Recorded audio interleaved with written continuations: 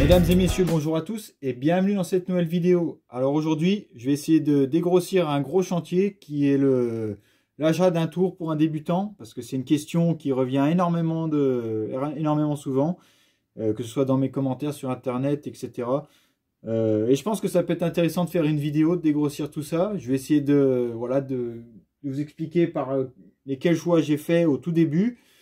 Et ensuite, embrayer sur les différents points à contrôler sur une machine, en restant vraiment très général, hein, de ne pas faire une vidéo d'une heure et demie là-dessus.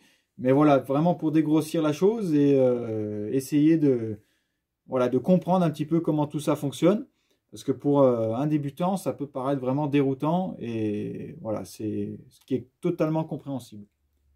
Mais avant d'attaquer le vif du sujet, comme d'habitude, je tiens à remercier toutes les personnes qui se sont abonnées parce qu'on a dépassé le cap des 6000 abonnés. Donc ça me fait vraiment énormément plaisir. Donc c'est grâce à vous, hein, que je suis toujours là à faire des vidéos et à essayer de proposer des sujets qui me semblent intéressants. Voilà, n'hésitez pas dans les commentaires si un sujet vous semble intéressant de discuter en vidéo, pourquoi pas, comme j'ai déjà expliqué, hein, je suis ouvert de toute proposition, il n'y a pas de souci là-dessus.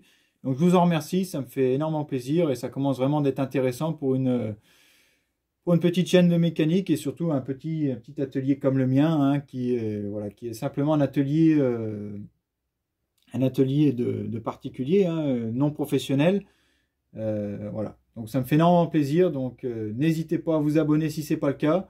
Et voilà, j'essaye de faire des vidéos relativement souvent, de façon régulière, on va dire. Généralement, j'essaie d'en faire au moins une par mois, mais c'est vrai que c'est pas toujours évident, ça demande du temps. Et ces temps-ci, il fait très froid par là. Donc, j'essaye de limiter quand j'ai pas besoin d'être à l'atelier, parce que c'est pas toujours très agréable de travailler par 5 degrés. Hein. Donc, en attendant, je vous en remercie. Comme promis, voilà la machine par laquelle j'ai commencé, une petite machine d'établi MCO Compact 8, donc avec une hauteur de pointe de 105 mm et une longueur entre pointes de 450. Alors, ce sont les deux dimensions principales d'un tour, donc les deux grandeurs, donc c'est-à-dire la hauteur de pointe, donc à ce niveau-là, on a 105, donc vous pouvez tourner du diamètre 210, ainsi qu'une longueur entre pointes de 450, c'est-à-dire qu'avec une pointe sèche dans la broche, parce que l'axe sur lequel tourne le mandrin, ça s'appelle la broche.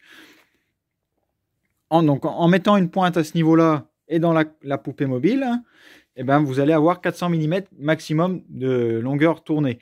Il faut savoir que c'est des longueurs qui sont théoriques et c'est uniquement pour donner un ordre de grandeur à la machine. Il faut savoir que tourner 450 entre pointes sur ce type de machine, c'est un peu du sport. Mais voilà, c'est ce qui est théoriquement possible, admissible par la machine. Donc voilà, donc quand j'ai acheté ce tour MCO, je m'étais donné uniquement comme critère l'envie d'avoir un petit tour d'établi pour pouvoir, parce qu'à cette époque-là, j'étais en apprentissage, et donc j'étais encore en apprentissage, donc j'avais envie de continuer un petit peu d'apprendre ce qu'on ne pouvait pas faire, on va dire, au bahut. Et donc, c'est pour ça que j'ai acheté cette machine-là. Voilà, je voulais quelque chose qui soit petit, qui soit transportable. Et donc, j'ai transporté après jusqu'ici, puisque le premier atelier n'était pas là. Donc, voilà, ça pèse 70 kg, 400, 1,5 cheval en puissance. Donc, voilà. Et donc, comme j'ai dit, à 450 mm d'entrepoint. Donc, c'est relativement intéressant. Et voilà. Donc, ça permet de faire des choses. Et beaucoup de personnes disent « Ah, bah, le tour d'établi, c'est la meilleure façon de commencer. » C'est une bonne façon de commencer le tournage, mais c'est pas la meilleure façon. Moi, j'ai commencé par un tour d'établi parce que je voulais faire au début que du petit. Si c'est sûr que j'y voulais tourner un diamètre 100 mm, donc qui est pas ça sur cette machine-là, je me serais pas lancé dans l'achat de cette machine-là. Parce que voilà, c'est 100 mm, ça demande beaucoup plus de puissance qu'un demi-cheval. Hein. Là, voilà, je m'en sers toujours, hein, la preuve, le bac à copeaux est plein. Mais voilà, plutôt en reprise ou faire des petits perçages ou des choses comme ça. Rarement pour autre chose, vu que j'ai mon tour rameau actuel. Donc, fait intéressant sur cette vidéo, j'ai noté les points que je vais citer parce que faire une petite liste qui me semble intéressante pour choisir un tour.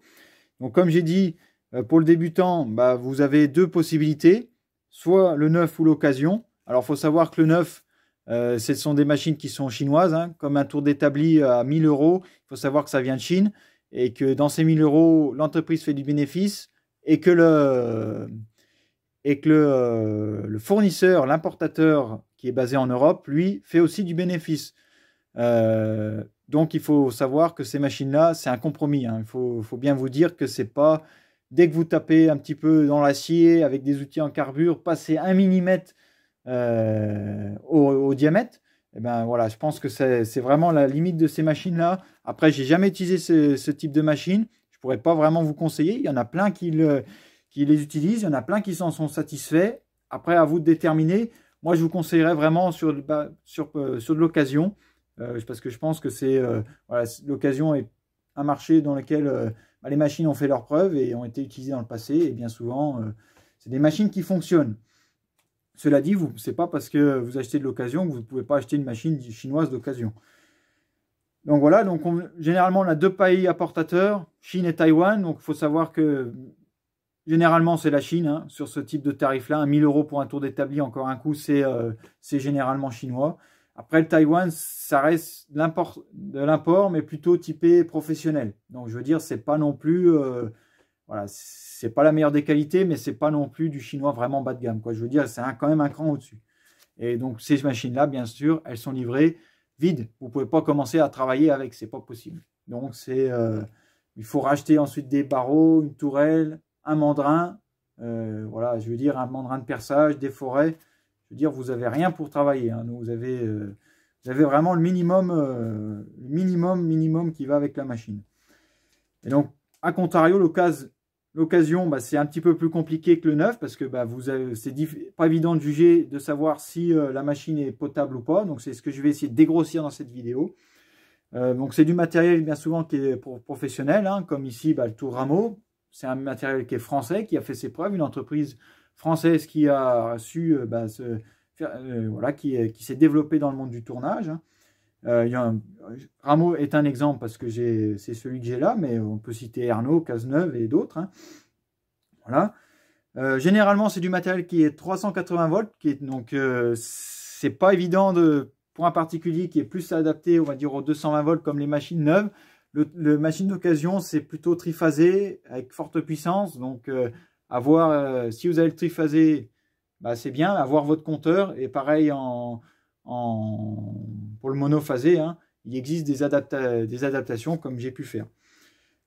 Et bien sûr, avec l'occasion, vous achetez une machine, mais ce que vous pouvez acheter aussi avec la machine, ce qui est bien souvent le cas, c'est qu'il y a le poste de travail avec. Donc tout dépend d'où vient la machine, mais si elle vient d'une ancienne société ou d'un tourneur voilà, qui vend la machine pour passer à autre chose, bah bien souvent vous allez avoir un peu d'accessoires avec, et ça c'est pas négligé parce que quand vous avez 2-3 fers, un mandrin qui tourne pas trop mal, une pointe tournante, un mandrin porte-forêt pour la contrepointe et 2-3 cartouches porte-outils, et ben vous avez votre taf. Je veux dire, vous pouvez commencer à travailler tranquille. Et si ce gars-là, bah, il faisait du copeau avec, bah, déjà c'est que vous pouvez vous dire, bah, la machine, eh ben, elle fonctionne pour faire au moins du copeau. Après bien sûr tout dépend de votre besoin, donc il varie d'une personne à l'autre. Donc si c'est vraiment de débutant qui veut juste se lancer dans l'usinage et il veut se lancer vraiment juste pour commencer à faire du copeau, un bon tour d'établi ça va vous convenir amplement. C'est pas forcément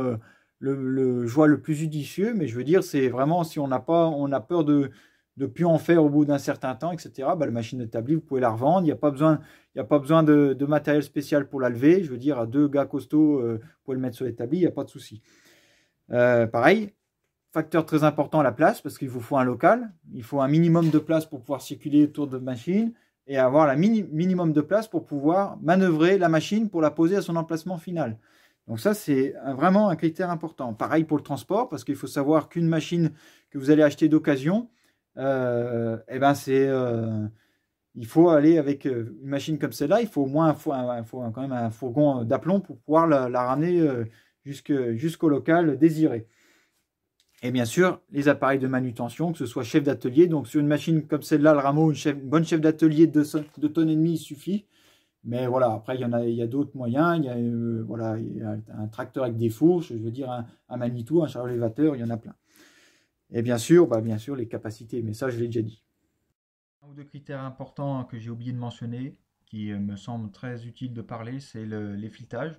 D'abord, parce que est-ce que vous voulez être capable de faire du filetage avec votre tour? Parce que c'est très important.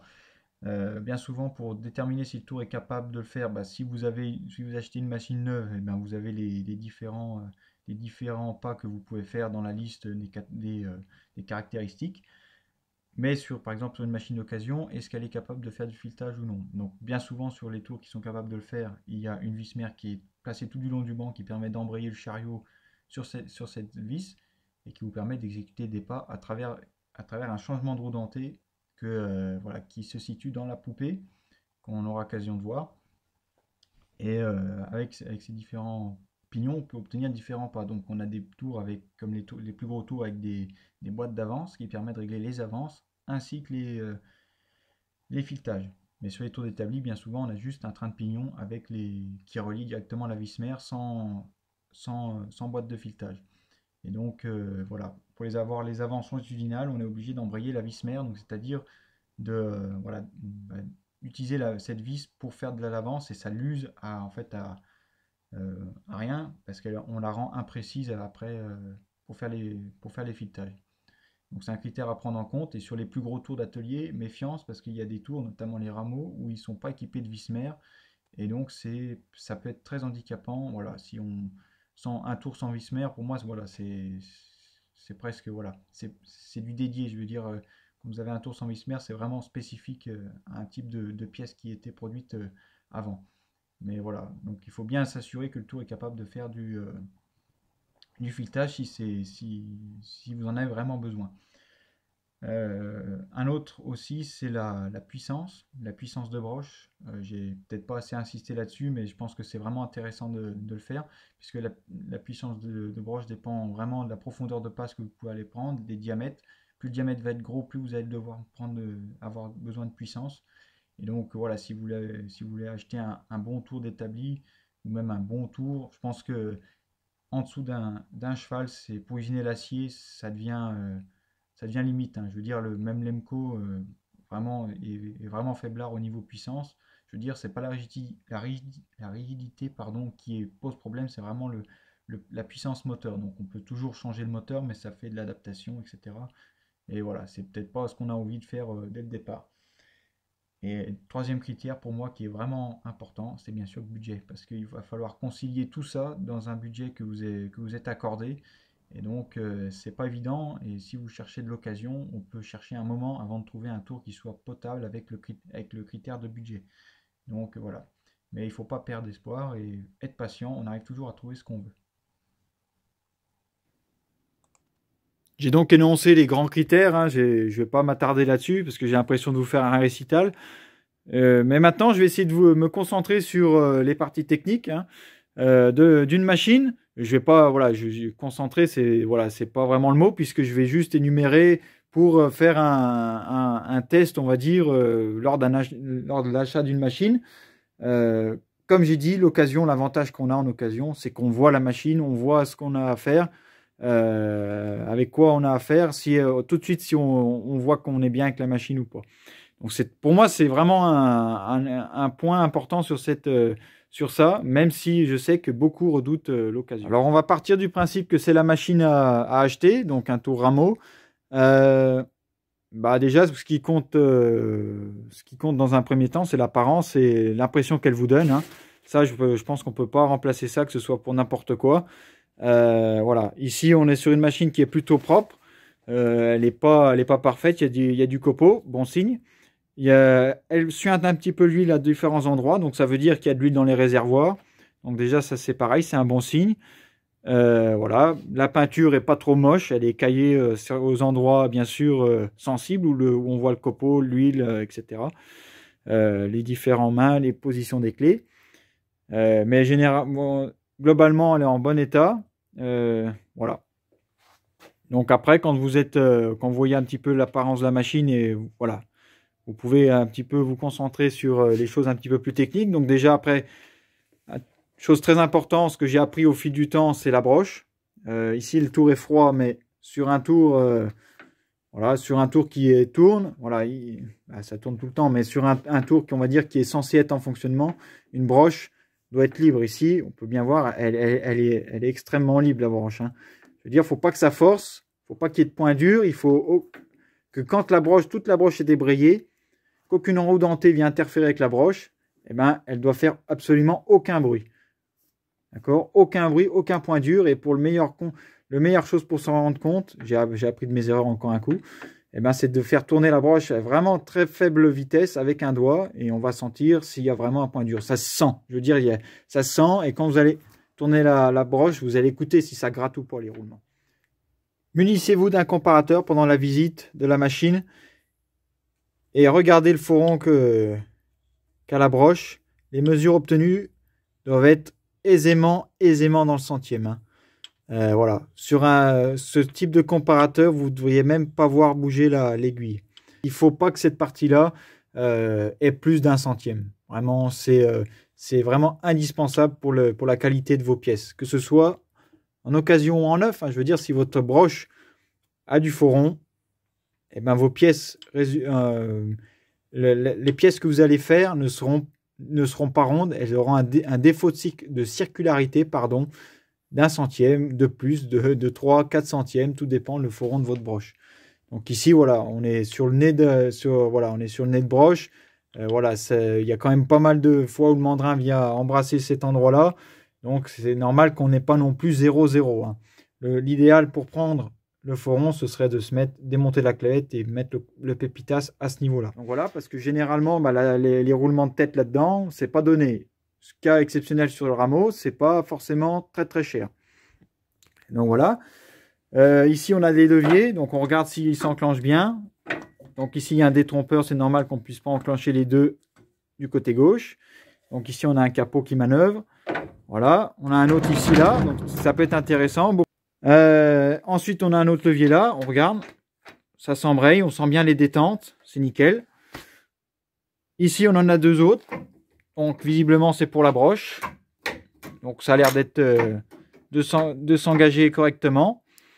Pareil, si la machine n'est pas sous tension, il faut bien sûr essayer tout à la main. Donc voir si on sent que la broche, voilà, si on sent qu'on entraîne le moteur, je veux dire, on va sentir une résistance, vous allez le sentir. Mais voilà, bien sûr, le mieux, c'est d'avoir un essai sous tension. Mais ce n'est pas forcément le cas si la machine est stockée dans un entrepôt et qui attend d'être vendue. Mais bien souvent, les vendeurs corrects vous font un petit essai. Ici, voilà, sur tous les tours, on a une portière qu'on ouvre derrière pour trafiquer un petit peu la pignonnerie, pour faire des pas spéciaux. On peut regarder, jeter rapidement un coup d'œil. Donc là, on peut voir que toutes les roues dentées sont là. Renseignez-vous sur ce type de machine si toutes les roues dentées sont les bonnes pour faire du filetage métrique. Au moins, si vous faites du Wisworth, c'est bien, mais que vous ne soyez pas à faire que du Wisworth, parce qu'on est dans un pays qui fait globalement du métrique, encore heureux. Donc voilà, faites attention à ça. Pareil, on peut jeter un petit coup d'œil derrière là. Bon, l'armoire électrique, elle est propre. On voit que c'est plutôt moderne, même si c'est pas de la dernière génération. Voilà, ici, derrière, c'est pas sale non plus. Visiblement, généralement, sur un tour, quand vous avez un gros carré rouge comme ça, c'est un frein à pied. Donc voilà, à essayer pendant la marche. Boîte à boutons, rien de spécial. Ici, les leviers, le même principe que sur la poupée fixe. On essaye de voir les engagements. Donc généralement, celui qui est en façade, c'est-à-dire perpendiculaire à l'axe des deux vis d'avance, qui vous permettent le mouvement automatique des chariots, et ici, c'est la vis mère. Donc, en fait, il est toujours perpendiculaire, généralement. Ce n'est pas forcément le cas, mais de façon générale, c'est celui qui a le plus de chances d'être la vis mère. Et ici, on a un petit dessin qui le montre. Et on regarde pareil pour ces leviers-là. Je veux dire, on entend bien la détente, donc c'est nickel. On a un petit disque comme ça, c'est un appareil à retomber dans le pas, donc c'est un plus. Tourelle à changement rapide, on regarde si on a des porte-outils ou pas, mais généralement si on a déjà la tourelle plus un porte-outil, il y a moyen de s'en fabriquer ou alors d'en racheter. Poupée mobile, rien de spécifique sur celle-là. Elle glisse bien. Le blocage bloque. Idem pour le fourreau, donc le fourreau de la poupée mobile, c'est celui que vous sortez, hein, pour percer ou pour mettre votre centre. Et pareil, on peut faire... Alors, il y a un petit peu de jeu et très peu sur la clavette d'anti-rotation. Idem pour les chariots. Donc beaucoup de gens s'attardent sur le jeu des noix, etc. Donc alors c'est pas... Moi je m'attarde pas là-dessus parce que sur un tour c'est pénible, on va dire, faire un demi-tour pour attraper le jeu. Mais c'est pas vraiment... je veux dire, c'est pas... Je veux dire, ça peut bien faire un tour de jeu. C'est pas ça qui va vous embêter de travailler. Hein. Donc, voilà. Idem pour le traînard. Voilà, on voit le point, on va dire, de basculement des verniers. Voilà, on le voit bien. Et d'ailleurs, on voit le jeu qu'il y a latéral. Et on peut pousser sur le transversal, ici, pour voir le jeu. Voilà, le jeu qu'on a. Donc ici, en fait, si votre vernier bouge avec le chariot transversal, c'est que vous avez du jeu dans ce niveau-là. Donc, généralement, sur un tour, c'est réglable. Il y a une butée à billes ou une bague bronze, peu importe. Donc voilà, différents graisseurs. Donc voilà, très important. Et puis bon, bah, généralement, voilà, on a fait le tour. C'est une machine qui est relativement simple. Bien sûr, pareil pour les avances. Hein, on essaye absolument tout, voir si on n'a pas de points durs dans les mouvements, etc. On essaye absolument tout. Donc voilà. Plus important de tout que les jeux sur les verniers, et, voilà, dans les noix. Eh ben, c'est ce jeu-là qui est rarement évoqué. C'est tout simplement l'usure des glissières. Alors, l'usure des glissières, il faut savoir que sur une machine qui a 50 ans, eh ben, elle peut être des fois très très prononcée. Et ça, c'est ce qu'un débutant ne va pas voir. Alors, comment on fait pour vraiment la mettre en évidence? Donc déjà, elle se voit. Je veux dire, elle se voit. Ici, voilà, ici, il y en a que très peu. Mais si on voyait vraiment de l'usure, on aurait un décrochement sur cette partie-là avec un bourrelet de chaque extrémité du prisme, en fait. Donc ici, c'est la glissière prismatique.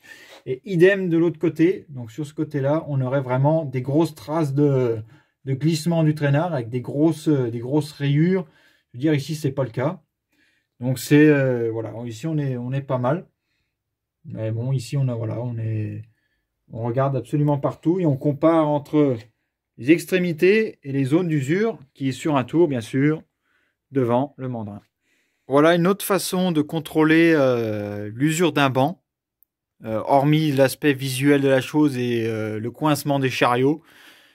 Montez un comparateur sur le traînard, éloignez-le au maximum sur sa course maxi, et voilà, vous le décalez de 200 mm, entre 150 et 200 mm du traînard, et vous allez palper. Et là, en fait le défaut que vous allez lire sur tous les tours pareil, hein, sauf s'il sort d'usine, mais bien souvent c'est même à 2 centièmes près, je veux dire, c'est pareil, c'est que vous allez partir d'un point, il va tomber dans l'usure, et hop, il va remonter sur la partie non usée. Donc généralement, c'est le mouvement caractéristique de l'aiguille, voilà, pour la lecture d'un banc. Donc ici, je vais le faire, voilà, je suis à 0. Voilà, ici, je descends d'un centième parce que je suis dans la partie d'usure du traînard, là où le traînard appuie, on fait tout notre tronçonnage, etc. Donc là, c'est la partie la plus usée. Et là, la partie où je vais rarement, donc c'est-à-dire un point après le mandrin, je reviens à 0.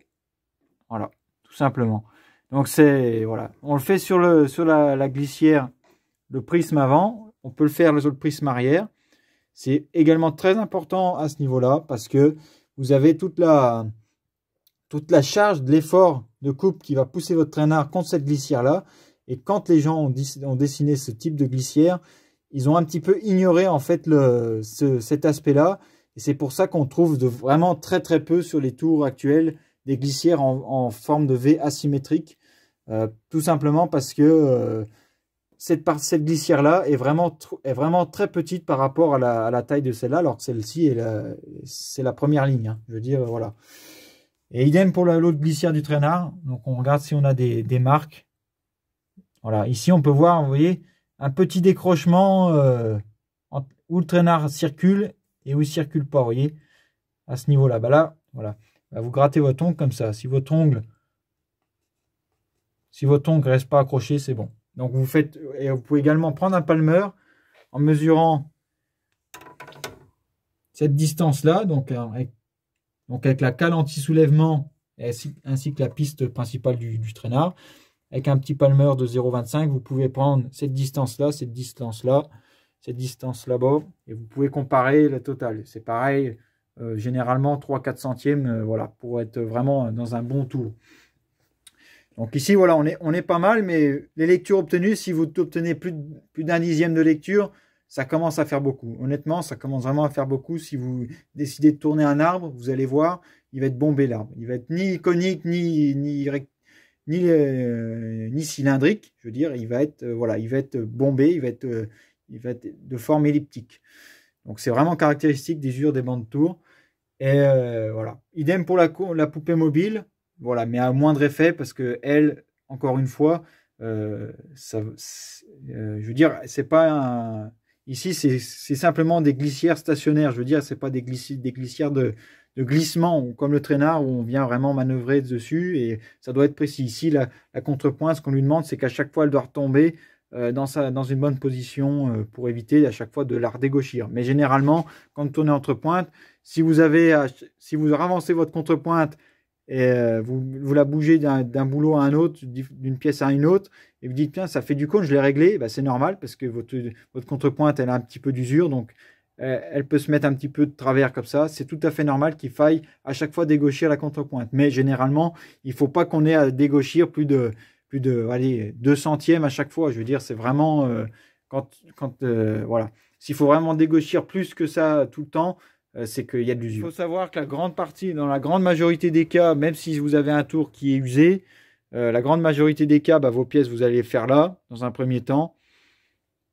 Mais le problème qui va se poser, c'est si vous faites des grands arbres, là, par contre, ça va être un petit peu plus handicapant, puisque vous allez pas tourner un cylindre. Mais ça, fera l'objet, voilà, c'est l'objet d'une autre vidéo.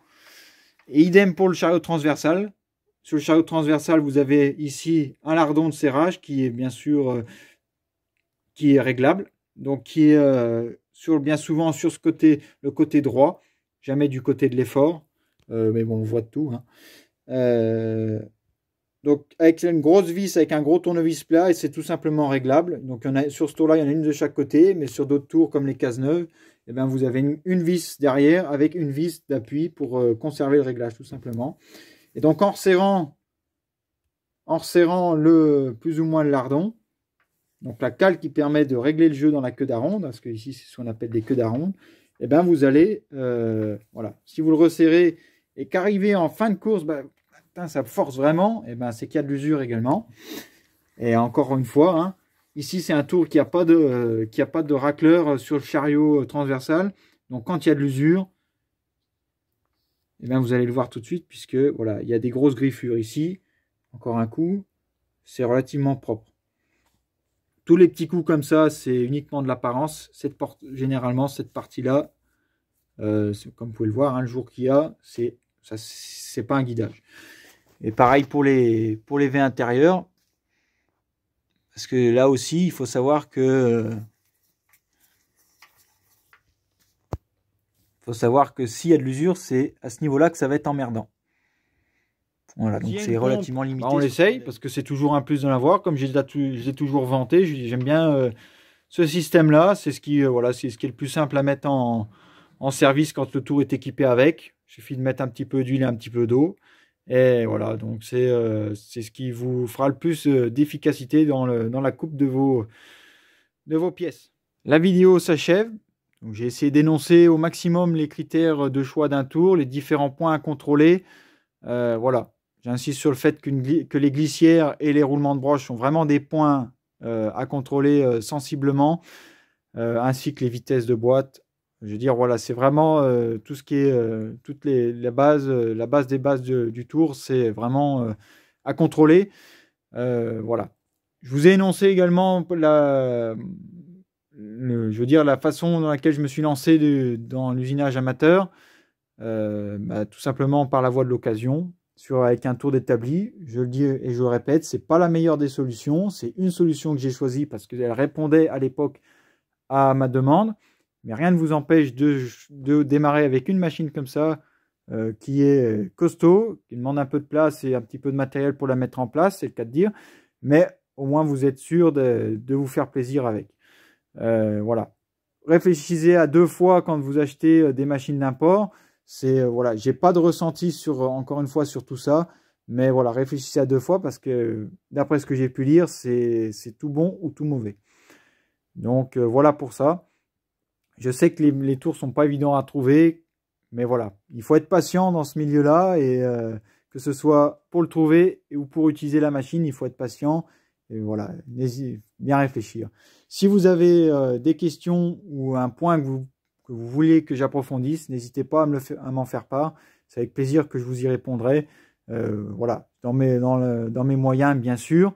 Mais voilà, n'hésitez pas à me contacter si vous avez un point à éclaircir, que ce soit sur un tour ou même une fraiseuse qui est sensiblement la même chose. Hein. Ça reste la machine-outil. Donc en tout cas, je vous remercie d'avoir suivi cette vidéo. On se retrouve très prochainement pour la suite des usinages. Et en attendant, je vous souhaite bon courage. Allez, à la prochaine.